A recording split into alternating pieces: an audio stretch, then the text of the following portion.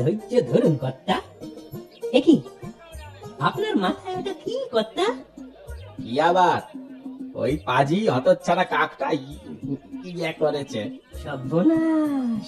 কেন আবার সর্বনাশ কিসের? কাকের অলক্ষণে জানেন না? গোবর মাথার সব গুণ কেটে গেল, আর চুল গজাবে না। তবে তবে তবে অন্য পথ আছে। আছে আছে কি পথ? কি পথ বলো না ভাই। আরো 100 টাকা চাই। কি করে দেব ভাই, আমার যে নাই। তাহলে থাক, আমি যাই কর্তা। দাঁড়াও দাঁড়াও, যেও না, আমি রাজি।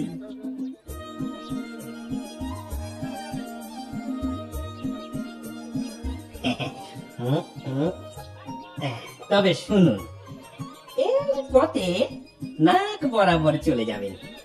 সামনে পড়বে একটা ইয়া বড় আম গাছ।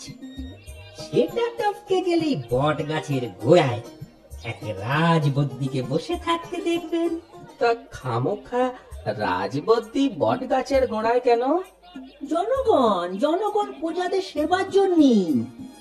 আপনি ওর সেবা পেলি ব্যাস, তাকে চুল গজাবে।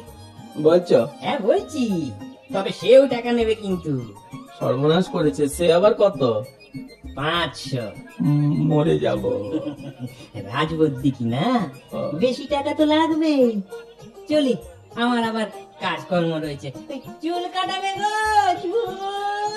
চুল কাটাবে।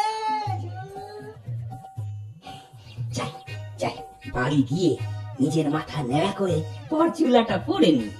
তারপর ওই বুদ্ধুটার আগে ওই বট গাছের গোড়ায় গিয়ে বসতে হবে রাজবদ্দি সেজে।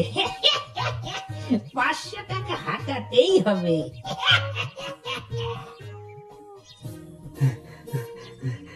আরে আরে আরে আরে, এই তো সেই গাছটা। এটা কি তো টপকে যেতে বলেছে? এত বড় গাছ কি করে যে টপকায়?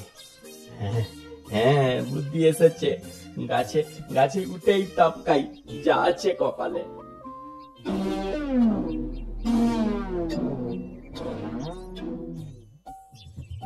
চুল তো কাটা হলো, এবার ন্যাড়া মাথায় পর চুলাটা পরে নি। এইবার যাওয়া যাক। যাক, আম গাছের ডগায় ওঠা গেল। এবার ওদিকে টপকে নামি।